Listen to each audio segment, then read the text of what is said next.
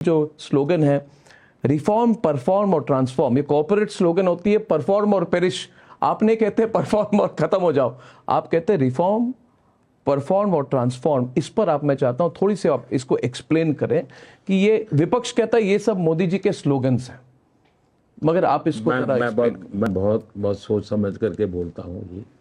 और मैं नारेबाजी करने के लिए देश ने मुझे यहाँ नहीं बिठाया है, वरना तो मैं कहीं कॉपीराइटर बन जाता जी। ऐसा है, जब मैं रिफॉर्म कहता हूँ तो ये पॉलिटिकल लीडरशिप की जिम्मेवारी है कि वो हार्ड डिसीजन ले, रिफॉर्म के लिए तैयारी रखे। जो डेमोक्रेसी में कठिन माना जाता है और राजनेता भी बच करके चलते हैं, तो रिफॉर्म ये इनकी जिम्मेवारी है। परफॉर्म ये ब्यूरोक्रेसी की जिम्मेवारी है। जो रिफॉर्म हुआ, in the light of that new reforms perform करना होता है ब्यूरोक्रेसी को, और देश ट्रांसफॉर्म होता है। ये बहुत सिस्टमेटिक सोची हुई चीज मैं बोला हूं, लेकिन मैं कम शब्दों में बोल दिया इसलिए उसकी कीमत नहीं है। तो रिफॉर्म इस हार्ड कोर पॉलिटिकल रिस्पॉन्सिबिलिटी है, इलेक्टेड बॉडी की रिस्पॉन्सिबिलिटी है। Perform purely bureaucratic system governance की जिम्मेवारी है। एंड ट्रांसफॉर्म जनता जनार्दन के कोऑपरेशन से होता है। जनता अगर जुड़ती नहीं, कितना ही रिफॉर्म करो, जनता अलग है तो भी ट्रांसफॉर्म नहीं होता है। जनता को स्वच्छता का अभियान ये तब सफल होता है जब जनता जुड़ती है। तो reform perform transform, leadership, government system and जनता जनार्दन, ये त्रिवेणी जब मिलती है तब परिणाम आता है। तो इसके पीछे मेरा एक बहुत बड़ी सोच है। अब देखिए, मैं उदाहरण देता हूँ, ऐसे ही नहीं हुआ जी रिफॉर्म परफॉर्म ट्रांसफॉर्म। अब मैं सरल जो सामान्य चर्चा में और हिंदू गालियाँ दी जाती हैं कि पीएसयू को ताला लगा देंगे, तब मैं जरा उसी का उदाहरण देता हूँ। देखिए, हमारे देश में जो सरकारी कंपनियां हैं, 60 वर्षों तक कांग्रेस ने सरकारी जो कंपनियां बनी उनका संसाधनों का उपयोग अपनी होटल बुक करने में, विमान किराए पर करने, इन्हीं चीज़ों में खर्च किया है जी। बर्बादी करती। 2009 का सीएजी का रिपोर्ट है जी। सीएजी ने हमारे पीएसयूज के लिए कहा, सरकारी कंपनियों के लिए कहा कि मिस मैनेजमेंट की वजह से 68 सरकारी कंपनियां बर्बाद हो गई थी। 60 साल में ये 68 कंपनियां। जब मैंने आकर के देखा तो मैंने सरकारी कंपनियों और सरकारी बैंकों से पहला निर्णय किया, कोई पॉलिटिकल इंटरफेरेंस नहीं चलेगा।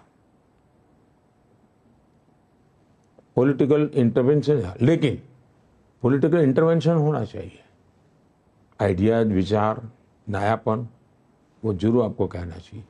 यानी परिस्थितियों से भागना नहीं चाहिए, इंटरफेरेंस नहीं होना चाहिए। आप मेरा ये करो, मेरा करो। मैंने कह दिया, जैसे मैंने कहा भाई, ये मानो मंत्री क्या, पॉलिटिकल सिस्टम क्या करती थी कि खुद को एक मोबाइल मिलेगा सरकारी व्यवस्था से, और 3 पीएसयू उसके डिपार्टमेंट थे, उनके 3 मोबाइल लेगा। सरकार एक गाड़ी देगी, हर पीएसयू से एक गाड़ी रखेगा अपने बच्चों के लिए। ये सारे खेल बंद होने चाहिए। मैं छोटी चीजें बताता हूँ, इससे समझ आएगी कैसे बड़ी चीजें बड़ी बड़ी होती है। मैंने उनसे कहा भाई देखिए, आप शेयर होल्डर्स के साथ कमिटेड हैं, आपको शेयर होल्डर्स का भी हित देखना है। आपकी कंपनी आगे बढ़ेगी तो शेयर होल्डर्स का हित बढ़ेगा। पहले और अब के आंकड़े जो हैं, आप हैरान हो जाएंगे जी। 2014 में सरकारी कंपनियों का ग्रॉस रेवेन्यू करीब 20 लाख करोड़ रुपया था, और ये मैं देश आज़ाद हुआ तब से लेकर के बताता हूँ। 2024 में सरकारी कंपनियों का ग्रॉस रेवेन्यू 38 लाख करोड़ है, यानी करीब करीब डबल। उसी प्रकार से सरकारी कंपनियों की नेट वर्थ 2014 में लगभग 9 लाख करोड़ थी, मेरे आने से पहले 9 लाख करोड़। आज 2024 में नेट वर्थ 18 लाख करोड़ है। तो 18 लाख करोड़ रुपया सभी सरकारी कंपनियों का टोटल मार्केट कैप 225% बढ़ा है। मार्केट कैप 225% बढ़ना, जब दुनिया की इकोनॉमी नीचे जा रही है तब। 2009 to 2014 इसके शेयर 6% गिर गए थे। Value.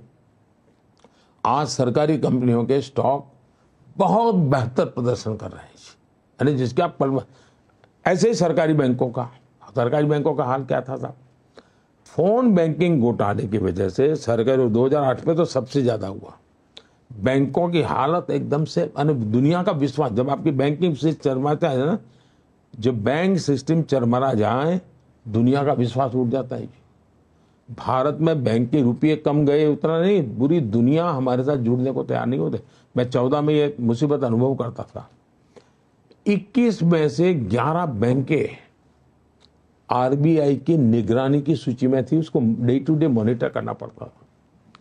IBC code, capital infusion, मैंने काफी पैसे डाले, सरकारी टैक्स पेयर के पैसे डाले, क्योंकि मुझे देश को बचाना था। हमने ये जो भ्रष्टाचार और जो फैन बैंकिंग था वो सारा खेल बंद करवा दिया।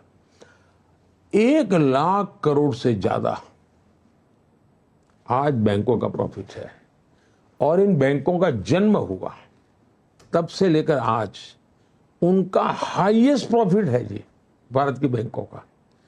एनपीए लगातार कम हो रहा है जी, यानी जो लेकर के भाग जाने वाली संख्या है वो लगातार कम होती जा रही है। ये सब रिफॉर्म, परफॉर्म, ट्रांसफॉर्म के उत्तम उदाहरण मैं बता सकता हूं। मैं ये उदाहरण इसलिए बताता हूं ताकि फाइनेंशियल वर्ल्ड या इकोनॉमी का वर्ल्ड जो है वो इन्हीं चीजों से समझ पाता है, इसलिए मैंने उदाहरण ये दिया। आम आदमी को भी इससे जो आप बात कर रहे हैं बहुत उनके लिए रेलेवेंट होगा, क्योंकि लोग कह देते हैं स्पीच में, कुछ विपक्ष के नेता कह देते हैं कि सरकारी संपत्ति बेचती है। तो ये जो उदाहरण आपने दिया है ये बहुत इसका बहुत ही एक महत्व है।